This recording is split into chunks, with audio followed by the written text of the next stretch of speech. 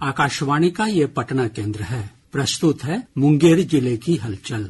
मुंगेर जिले की हलचल को प्रस्तुत कर रहे हैं हमारे संवाददाता प्रशांत कुमार सिंह। मुंगेर जिले में एक पृथ्वी एक स्वास्थ्य के संकल्प के साथ पिछले दिनों 11वां अंतर्राष्ट्रीय योग दिवस मनाया गया। योग दिवस पर शहर से लेकर गांव तक में नई चेतना दिखी।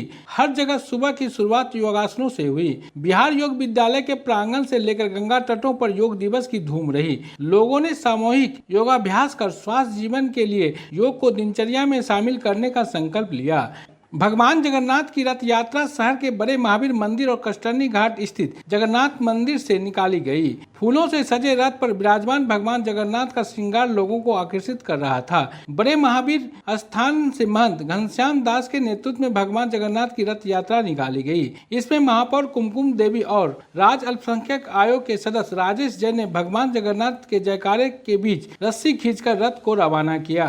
मुंगेर विश्वविद्यालय के कॉलेजों में तथा एनएसएस के माध्यम से चिन्हित किए गए स्थलों पर आगामी 1 जुलाई से पौधारोपण अभियान चलाया जाएगा। इसे लेकर मुंगेर विश्वविद्यालय एनएसएस इकाई तथा भारतीय स्टेट बैंक के बीच समझौता हुआ है। 11 जुलाई से शुरू हो रहे श्रावणी मेला की तैयारी को लेकर जिलाधिकारी अरविंद कुमार वर्मा ने अधिकारियों को बेहतर सुविधा उपलब्ध कराने और 30 जून तक सभी कार्य पूर्ण करने को निर्देश दिया है। उन्होंने अधिकारियों से कहा कि वे कार्य में तेजी लाएं। जिलाधिकारी ने पीएचडी के काम की धीमी प्रगति पर कार्यपालक अभियंता को सुधार लाने का निर्देश दिया। जिलाधिकारी ने कहा कि कामगारों की सुविधा का हर प्रकार से ध्यान रखा जाएगा।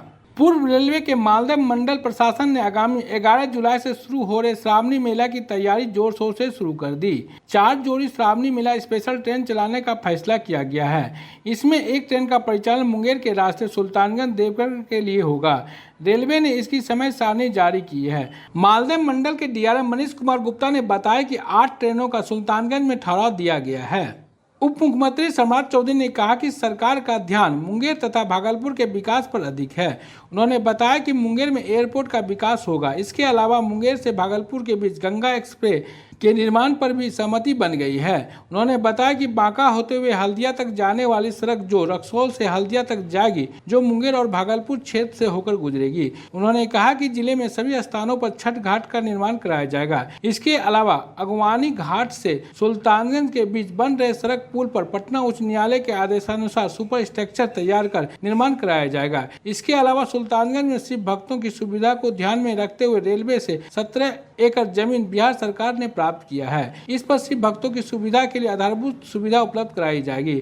सुल्तानगंज देवगढ़ सड़क को भी 4 लेन का रूप दिया जाएगा। पटना उच्च न्यायालय के निर्देश के बाद सुपर स्ट्रक्चर के काम वहाँ शुरू कर दिए गए, सबसे बेहतरीन क्वालिटी का। जिस तरह आपने देखा कि पटना में गांधी सेतु पुल को बनाने का काम किया गया, उसी तरह सुपर स्ट्रक्चर से सुल्तानगंज अगवानी घाट के पुल का काम शुरू कर दिया और पूरे विस्तार से सुल्तानगंज में लगभग 17 एकड़ जमीन हम रेलवे से ले रहे हैं और उस पर पूरा पर्यटन की व्यवस्था करने का काम किया जाएगा। सुल्तानगंज से देवघर के रोड को भी 4 लेन किया जा रहा है। तो जो लोग वहां आते हैं श्रावणी मेला में, तो सभी श्रद्धालु को पूरी तरह सुविधा सरकार देने का काम करेगी। जिले के 2 नगर निकाय में उपचुनाव के तहत मतदान कल शांतिपूर्ण संपन्न हो गया। मुंगेर नगर निगम के वार्ड संख्या 21 में 32% मतदाताओं ने ही अपने मताधिकार का प्रयोग किया, जबकि खड़गपुर नगर परिषद वार्ड संख्या 12 में मात्र 61% मतदाताओं ने ही अपना मताधिकार का प्रयोग किया। हालांकि चुनाव को लेकर सुरक्षा के पुख्ता इंतजाम किए गए थे। मतगणना कल होगी।